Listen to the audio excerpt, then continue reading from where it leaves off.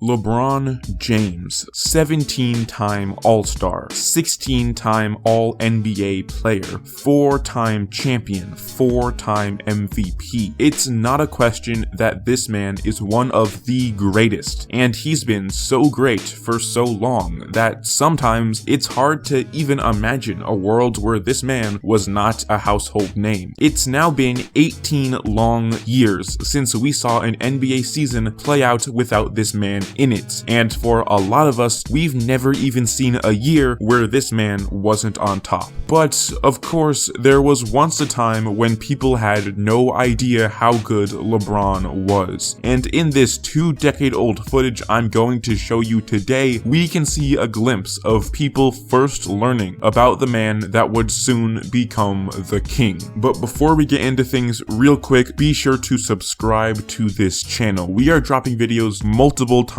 a week. I'm going all in and not stopping at anything. And trust me, you're not going to want to miss out on what I have coming soon. Alright, let's hop straight into this story. LeBron Raymond James was born on December 30th, 1984 in Akron, Ohio. Ironically, that was the year that Michael Jordan would be drafted. Growing up with little wealth and no father figure, James and his mother Gloria bounced from apartment to apartment as they struggled to pay rent. Things got so bad that eventually Gloria gave up her son to the household of his football coach as she continued to fail to find money to support her child, and she worried that he wasn't growing up in a healthy home environment with just one parent. Thankfully, the game of basketball can be a savior to many, and after a 9-year-old LeBron was introduced to the game of basketball by his football coach, he never looked back, leading his 5th grade team to nationals just 1 year after first picking up a basketball. He'd go on to dominate the game at both the middle school and high school levels, quickly gaining more and more attention, especially after putting up 21 points a game in just his freshman year of high school on varsity. Fun fact, current Indiana Pacer Jakar Sampson, as well as the world's most credible NBA reporter Brian Windhorst, also attended St. Vincent St. Mary High School, the very school that LeBron first jumped onto the scene with. Windhorst's mother actually was one of LeBron's health teachers in high school. At this point, LeBron was known, but only among the small sliver of basketball fans that watch and follow high school basketball, which isn't most. He was so unknown, in fact, that when Brian Windhorst asked his boss if he could report on more St. Vincent games, his boss rejected the idea and told him that he only wanted to go there because he had bias for his old school. You know, there's obviously no other reason to want to watch this team play. I mean, come on, it's not like they had a future 17-time All-Star on their team or anything. In his junior season, a 16-year-old LeBron James was then invited to the ABCD camp, a camp that at the time was regarded as the #1 camp in the country for high school talents to go up against each other in scrimmages in front of pretty much every scout ever. And this year, even Kobe Bryant was in attendance to give some speeches and evaluate the young talent. The camp always featured the best players of every class, and this year, LeBron would be facing the likes of Carmelo Anthony, Sebastian Telfair, and the then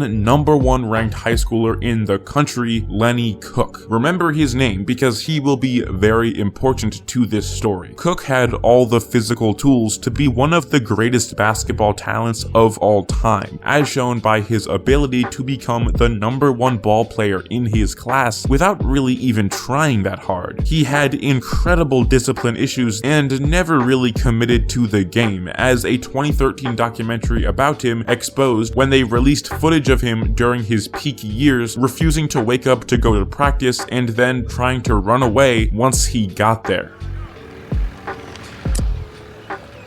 Fuck that.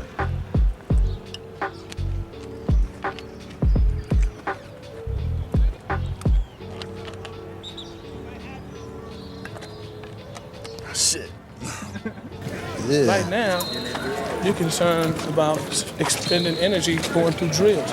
This shit here, you gotta understand, Michael Jordan came here, the same people, all these cats is wearing his shoes, wearing his underwear, wearing his shirts and stuff. He never missed the Station 13. He never missed one. Trust me. Come on, man. Let's go, big fella. Yin ya. There you go. You lost. Yeah, I thought y'all was leaving. Regardless, Cooke was still seen as the guy to beat, and 1 year prior, he had led his team to the championship of the camp's tournament. But the big point here is, everybody at this camp was the king of their hometown. To them, LeBron James was just another guy. Here's what I'm talking about. In this clip I'm about to show you, after a seesaw battle of a scrimmage between Cooke and Carmelo Anthony, in which Cooke would eventually come out on top, Lenny isn't fazed at all and refuses to compliment Melo. That nigga nice, right? Carmelo Anthony. He alright. Huh? He alright. He nice, right? He good. He nice. He good. He nice, He right? good.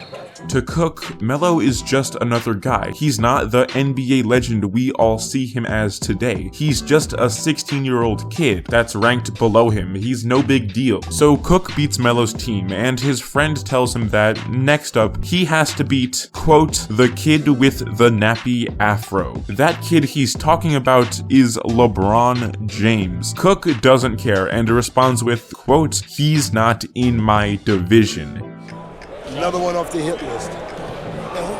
You get nappy afro. You get nappy afro tonight, right? Who's that? LeBron. I don't play him. He's not in my division. When y'all gonna match up? Well, tell me you ain't gonna match up this whole camp. Probably in a playoff. And he's right. LeBron indeed was not in his division. He was above it. While LeBron went to the NBA and did everything any player could ever wish to do, Lenny was off playing in China. So I guess he wasn't wrong after all. I'm looking to be the next superstar, not the next Kobe Bryant. Lenny Cooke, senior, Otapan High School, Otapan, New Jersey. Kobe is Kobe and I'm LeBron, you know, I gotta do what I gotta do. LeBron James, Jr., they've been the same area. Then we get this footage of Lenny waiting to play LeBron as the future 4-time MVP finishes up his scrimmage. At the end, they meet up, dap each other up, and then Lenny goes back to his circle. One of his friends then forgets LeBron's name. This time, instead of being the kid with the nappy afro, he's just, quote, that kid over there. How much you had? Huh? How much you had? 15, 16, something like that. Workouts, huh? I will. You too, baby. I'll back up with you.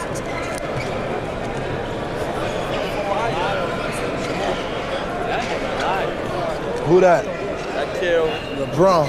he is serious. LeBron James. That nigga legit. In the moment, it's a very little detail, but looking back, it's just strange to see a time where LeBron was known as just that kid. And it's especially ironic that, of all things, it was LeBron's hair that was the defining quality he had to Cooke's friends. So LeBron and Lenny play each other in the tournament finals, and the kid with the nappy afro outscores Cooke 24-9. In the final 6.2 seconds of this game, with countless scouts watching and with Lenny's team up by 1, LeBron sprints to the three-point line while being heavily guarded by Cooke and hoists up an awkward and fumbled three-pointer that somehow finds its way to the basket and swishes clean through the net. LeBron won. I think Lenny felt after the game with LeBron that he was embarrassed a little bit because the 24-9 is definitive. That's obvious. The other kid's team won, LeBron's team won. That was more definitive, and he won in spectacular fashion. Everything was perfectly scripted for LeBron yesterday and not for Lenny. And I think that happens. It's happened other times. He had his rooting section here. He had people from New York City. He is the crowd favorite here. And in his mind, I thought he played very well. I mean, in the normal circumstances. He had a good game. He did a lot of good things.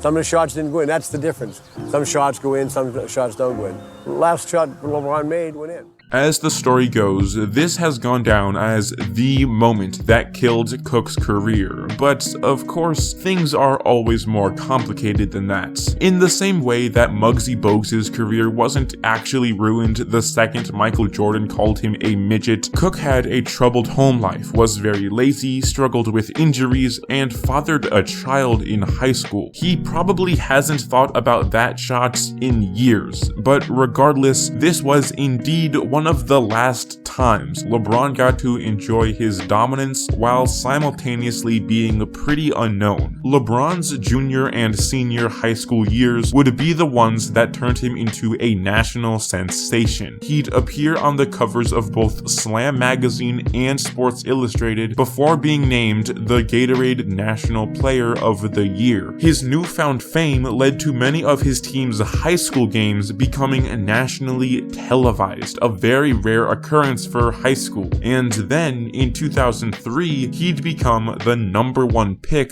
of that year's draft. And from there, I'm pretty sure we all know how the rest of the story goes. As a matter of fact, 18 years later, we are still watching it play out. And that is where we are going to conclude this video. Be sure to subscribe. You made it all the way to the end of the video, so hey, why not? Clearly you liked what you saw. I truly and honestly do appreciate each and every subscriber I get, and you're not gonna want to miss out on what I have coming soon, so just click that little red button. Huge shout out to BratskBasket for providing me with the footage you saw of LeBron and Lenny Cooke in this video. It's all part of a criminally underrated documentary about Cooke that will be the first link in the description. And with that, stay safe out there.